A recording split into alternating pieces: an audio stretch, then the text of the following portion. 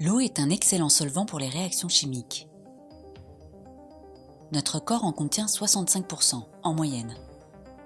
H2O est une des molécules les plus abondantes dans l'univers, après le dihydrogène et le monoxyde de carbone. L'eau est présente sur Terre sous forme liquide. Sur Mars, sous forme gelée au pôle et peut-être liquide il y a quelques milliards d'années.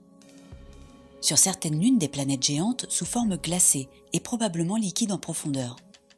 Sur les comètes. Et au-delà du système solaire dans les disques protoplanétaires donnant naissance à de nouveaux systèmes planétaires.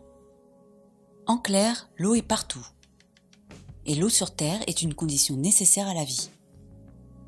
Une source d'énergie, le Soleil, une composition chimique adéquate et beaucoup de temps pour y arriver, 4 milliards d'années, en sont d'autres. Les astronomes ont alors défini la notion de zone habitable autour d'une étoile où une planète pourrait conserver de l'eau liquide à sa surface. Cela ne signifie pas nécessairement qu'il y a de l'eau si la planète se situe dans cette zone, mais que s'il y avait de l'eau, alors elle pourrait rester à l'état liquide. Cette idée s'appuie sur le diagramme de phase de l'eau et sur les conditions observées de la Terre, Mars et Vénus. Pour une planète en deçà du bord intérieur de la zone habitable, un effet de serre incontrôlé vaporise l'eau et la photodissociation de la vapeur d'eau conduit à la perte d'hydrogène dans l'espace. C'est l'expérience vécue de Vénus. Pour une planète au-delà du bord extérieur de la zone habitable, l'effet de serre ne maintient plus la planète à une température moyenne comme sur Terre et la surface devient totalement congelée. Mars serait partiellement dans cette position. La zone habitable du système solaire définie, on peut déterminer celle autour de tout type d'étoiles en ajustant les distances des bords intérieurs et extérieurs en fonction du flux lumineux de l'étoile.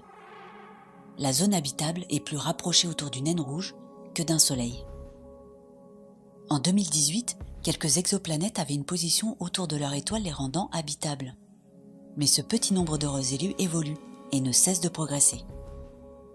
Cet intervalle des possibilités est en réalité plus complexe que la seule présence d'eau liquide. Les conditions d'habitabilité prennent également en compte les caractéristiques de la planète, comme sa gravité, qui retient l'atmosphère, et les phénomènes internes, comme le climat, le volcanisme, qui modifient la température de la planète. Elles prennent aussi en compte les conditions initiales de la formation planétaire, de la formation stellaire et la position galactique de notre système solaire. Enfin, elles prennent en compte l'interaction étoile-planète et l'influence de la météo spatiale sur les conditions d'habitabilité, dont les éruptions solaires qui menacent les planètes dépourvues d'un champ magnétique protecteur. En ne s'arrêtant qu'aux conditions d'habitabilité de premier ordre, une planète de la bonne taille à la bonne distance de son étoile, le nombre de planètes habitables serait statistiquement vertigineux rien que dans notre galaxie. En considérant tous les autres paramètres favorables, celui-ci pourrait bien chuter drastiquement. Et que dire de l'influence de la vie elle-même sur l'habitabilité ?